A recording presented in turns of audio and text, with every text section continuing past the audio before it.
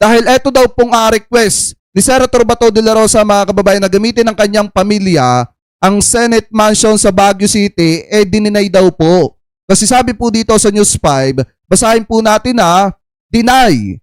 Senator si De La Rosa, ayan, deny si De La Rosa. Hindi inaprubahan ng Senado ang hiling ni Senator Bato de la Rosa na magamit ng kanyang pamilya ang Senate Mansion sa Baguio City.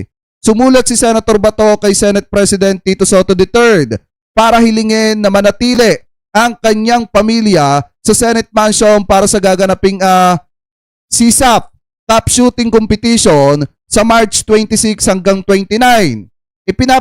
Ipinaliwanag ni Senate Secretary Mark Leandro Mendoza na kasalukuyang sumasailalim sa repairs ang mansion. Kailangan ding kasama ang senador kung gagamitin ng kanyang pamilya sa Senate Mansion, mga kababayan. Hindi pa ulit dumadalo si Bato de la Rosa sa mga sesyon sa Senado mula noong Nobyembre. So ngayon, kung mapapansin nyo, mga kababayan, hindi na nga nagtatrabaho, ang lakas pa ng loob na mag-request nito pong si Senator Bato de la Rosa. At ito pa yung isa sa pinakamatindi, mga kababayan. Baka sabihin ng iba, gawa-gawa lang natin yung binasa kong balita Ito pa yung isang patunay Pinayagan ng Senado ang hiling ni Senator Ronald de la Rosa na maggamit ng pamilya niya ang Senate Mansion sa Baguio City. Kinumpirma ni Senate President Vicente Soto III na Robert? Giyera sa gitnang silangan. The DZMM Up. Giyera. Nawala pa. Anyway, tuloy natin. Ang balitang kumpirmado sigurado, hatid ni Radyo Patrol Jom Garner.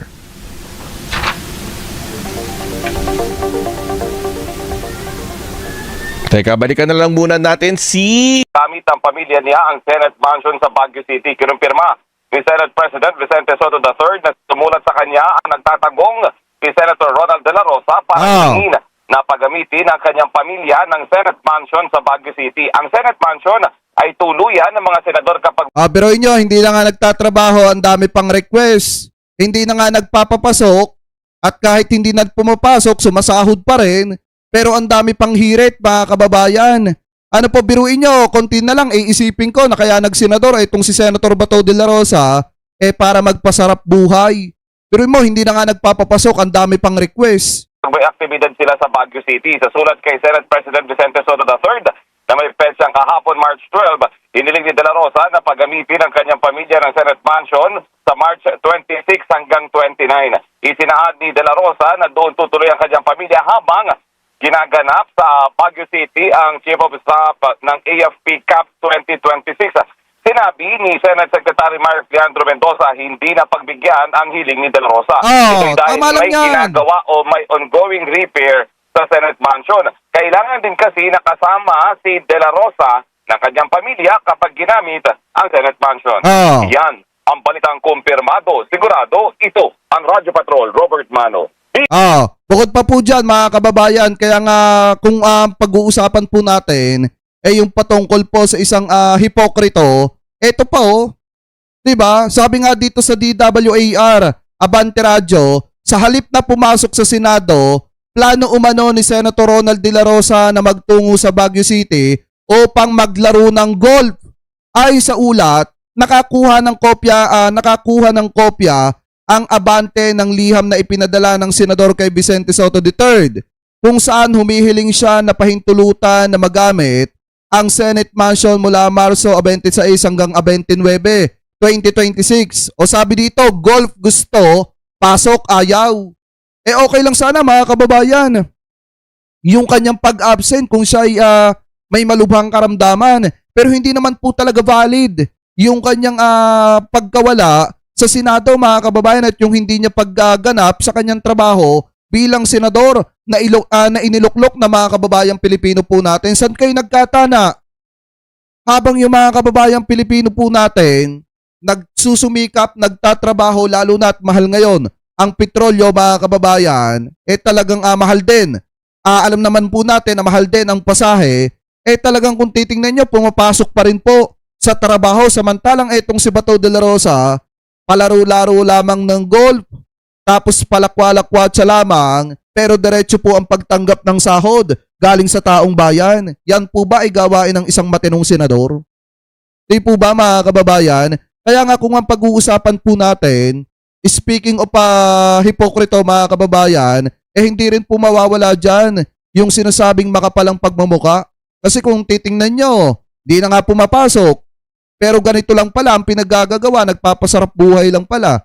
Naglalakwatsa lang pala mga kababayan ay ang daming trabaho na dapat po niyang ginagawa, lalo na at siya po ay senador na iniluklok ng taong bayan. So ngayon kung titingnan nyo rin mga kababayan, sabi po ni Sir Ronald Llamas, tigas talaga ng mukha ni Bato.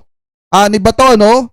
Gusto ba namang gawing Airbnb ang Senate Baguio Mansion para sa pamilya niya? Wow! O ayan no mga kababayan, di na nga pumapasok, ang dami pang request. Tapos mababalitaan ng taong bayan sa kabila ng krisis na pinagdadaanan ngayon ng ating bansa, lalo na at pamahal ng pamahal ang presyo po ng petrolyo, ay yung isang senador nagpapasarap buhay lang at diretso ang sahod. Walang iniisip mga kababayan. Tuwing katapusan ng buwan, may sasahod. Diba kahit hindi nagtatrabaho. Ganyan po katamad at kahipokrito itong mga senador na kaalyado po ni Duterte. Di po ba? Anyway, mga kababayan, ito pa. Pakinggan pa natin itong isang hipokrito mga kababayan.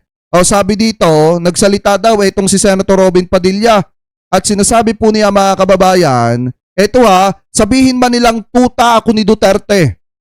Andun ako sa panahong nagkaroon ng pag-asa ang Pilipino na balang araw ay magiging progresibong bansa tayo. Ito daw po ang pahayag ni Senator Bato de la Rosa at talagang ni Senator Robin Padilla, at talagang inaamin niya mga kababayan na siya po talaga ay tuta ni Duterte. Ito po Sabihin nila, ito si Senator, masyado itong tuta ni Duterte. Sabihin nyo na ho ang gusto nyo sabihin, pero andun ho ako sa mundo na nung panahon ni Digong, nagkaroon ng pag-asa. Nagkaroon tayo ng pag-asa na isang araw. Diba? So kaya kumukuha ng kapal ng pagmumukha itong mga ito mga kababayan. Yung isa, ibinoto ng mga kababayan Pilipino po natin para paglingkuran ang taong bayan. Ito namang isa mga kababayan, ibinoto rin na mga kababayan Pilipino po natin para paglingkuran ng mamamayang Pilipino. Pero ngayon umaamin, natuta rin ng isang politiko. Kaya wala daw siyang pakialam kahit tawagin siya na tuta ni Duterte mga kababayan. Nandun na daw siya. Sa panahong may progresibo daw po yung bansa nung panahong si Duterte ang presidente. Paano nagkaroon ng progresibo ang bansa? Di ba mga kababayan, naghirap ang mga kababayan Pilipino po natin nung panahong nakaupo etong si Digong, lalo na nung nagkaroon ng pandemic tapos talamak pa ang nakawan. Wala kang kawalan.